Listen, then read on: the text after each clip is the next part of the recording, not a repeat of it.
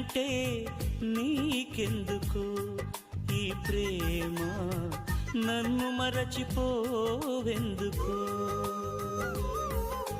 నా ఊసే నీకెందుకు ఓ యేసయ్యా, నన్ను విడిచిపోవెందుకు?